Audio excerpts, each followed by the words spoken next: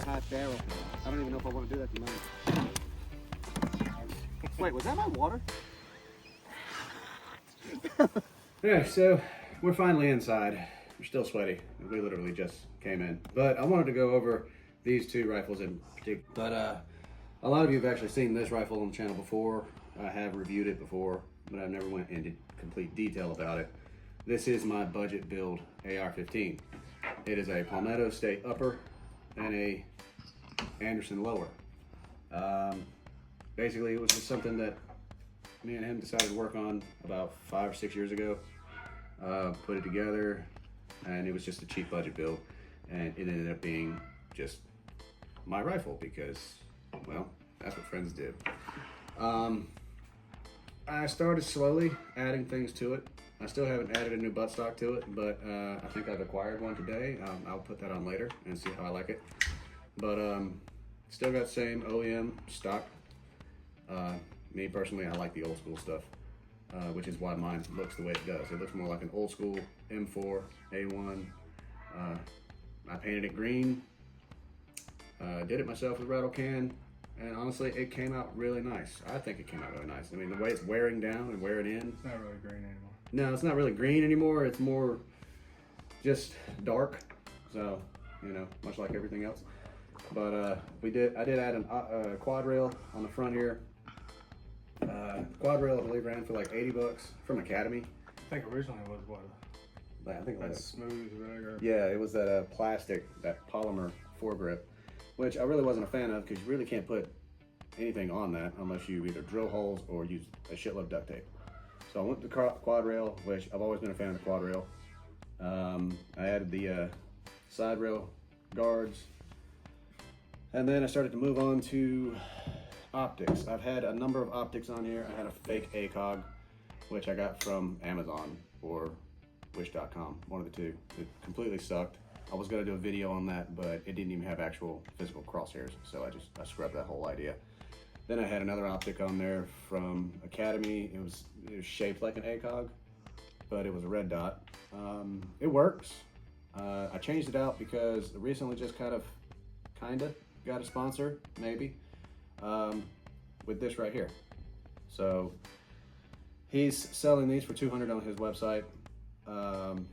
You can also catch him on Whatnot. It's a line of duty apparel, and he's looking to move into line of duty optics. But unfortunately, this optic that I purchased, he didn't send me this for free. I purchased this one. It's not working exactly how it should. It was shooting way too high, and it wouldn't zero. Yeah, you couldn't get it to adjust properly. So it's probably just, probably my fault because when I first got it, I really screwed a whole lot of things up with it, but I might try to work on it later, see what's going on with it. That was not in the script. I also got this PEC 15. It does have a laser and an IR and a flashlight for $68 on Amazon. Surprisingly enough, the laser on this can be zeroed, and it holds zero with a 22. I have not shot it with the 5.56. I haven't tried that, but it does hold zero with the 22, which was really nice. And I have I think it's called JP trigger springs. Yeah. Yeah. I remember because I put it in. Yeah, I had him do my triggers, which it now has a 3.5 pound trigger pull, which is absolutely phenomenal. I'm gonna see if I can do this with my thumb. Yep, it's clear, and it's 3.5 pounds. That's really nice reset, super fast. So all in all, this whole setup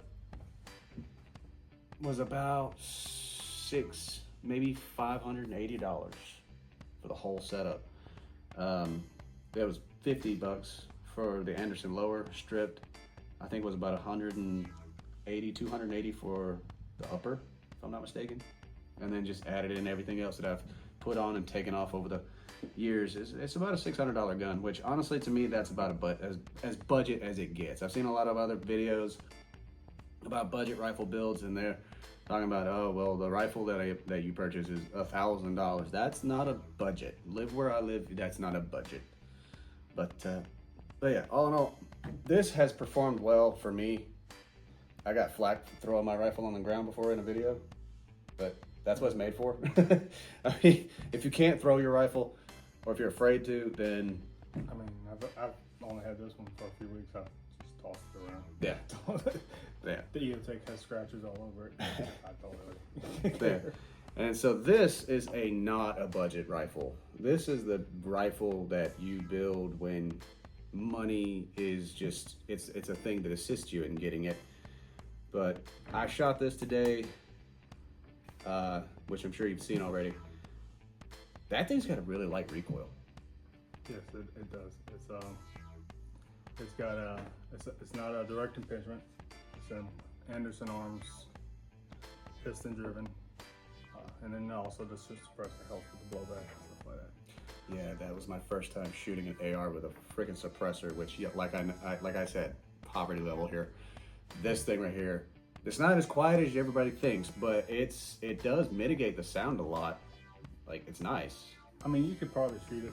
You could shoot it without ears, but you might get a slight ring if you do it repetitively. Yeah. Plus, we're not shooting subsonic rounds either. They won't cycle. No. Not with a. Does this have an adjustable gas block? It does. Okay. It's down.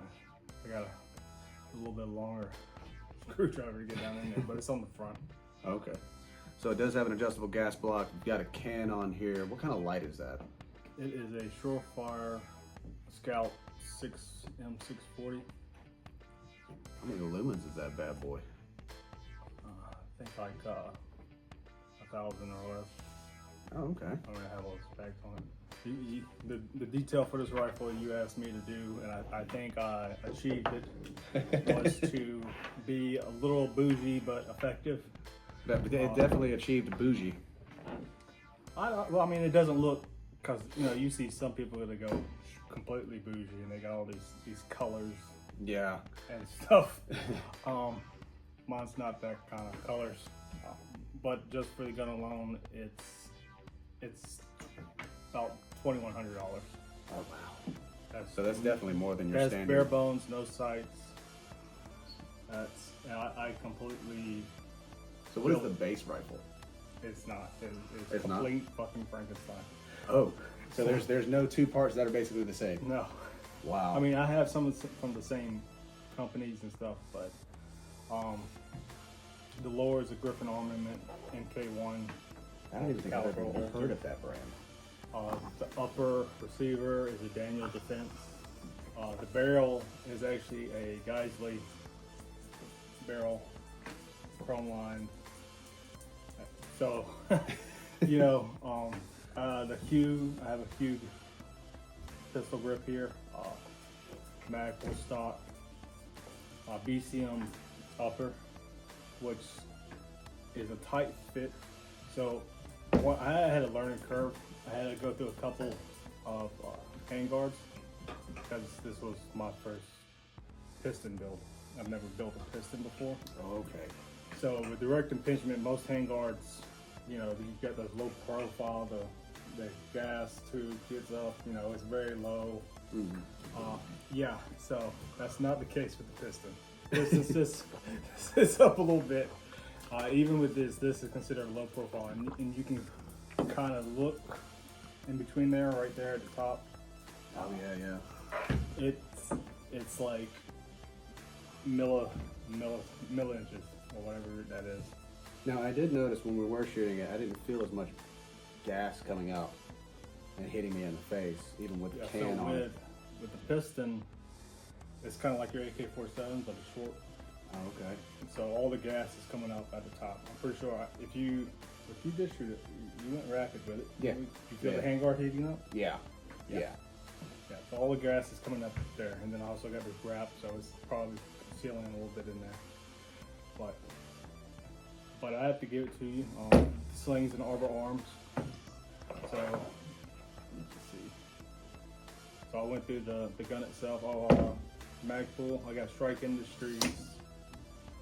Buffer tube, advanced buffer tube. I actually really like this plate. I'm going brain fart here for a minute. I can't really think of it. So with this right here, and Josh can show y'all later. You see that little screw? You know, you aggravating is to put just one of these regular end plates on, Yeah. and you gotta get that You pin got that. Yeah. and all that. Well, you don't. You just put this on. You can put this all the way on. Take that out, and you can just push the pin in, Oh. and just screw it in. Wow. You don't have to worry about trying to Yeah, push it because in mine's- and keep it in and all Yeah, that. mine's got that Or you crap. tighten the castle nut. So I have to really give it to Strike Industries for that. It really, that is really unique. I've never seen anything like it before. It's actually really amazing to me. I also have a Strike Industries T-Bone charging handle and Strike Industries Advanced Forward Assist and their dust cover. Yeah, I've noticed there are some, because the dust cover, that's polymer, isn't it? Yeah. And the charging handle, that's polymer. That was weird when I hit the charging handle on that the first time, and I was like, whoa, like it felt weird. And then I also have the trigger guard is also Strike Industries.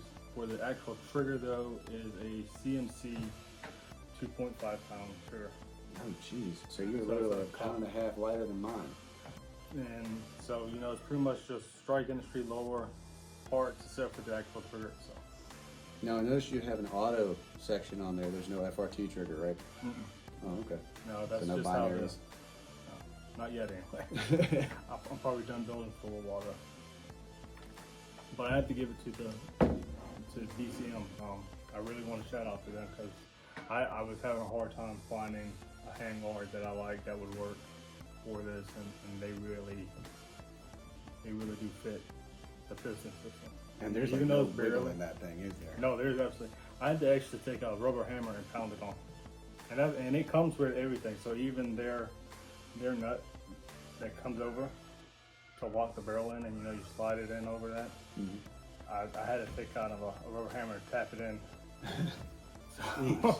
So guaranteed snug fit. It is tight. I don't even think I needed these locking screws to keep it from wiggling because there's no wiggling. Yeah, 'cause in I there. want to say there might be just, yeah, there's just a teensy bit of wiggle in there, but it's not terrible. And then the Griffin armament with the Daniel Defense Opera, there's no wiggle in between there. These pins are hard to push in and out.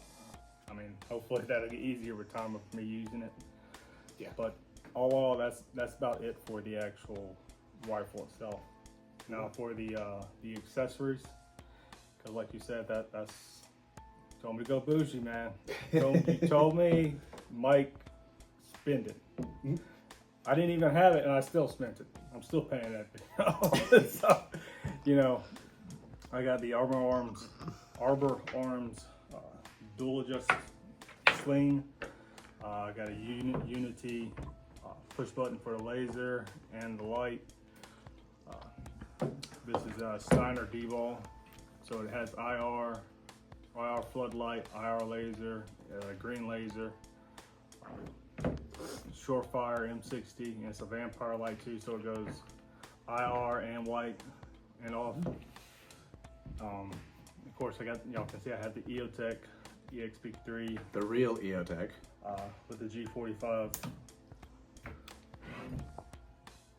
magnifier. I have a Maytech. I really like these. I have these on almost all of my ARs. Oh yeah, the These- pop-up light, pop-up Backup rear reverse sight. Yeah. They have the range adjustment from 2 to 600. That's pretty much what everybody used in the Army or when I was in. You know, I just really like them. Yeah. They're sturdy. They work. They're there.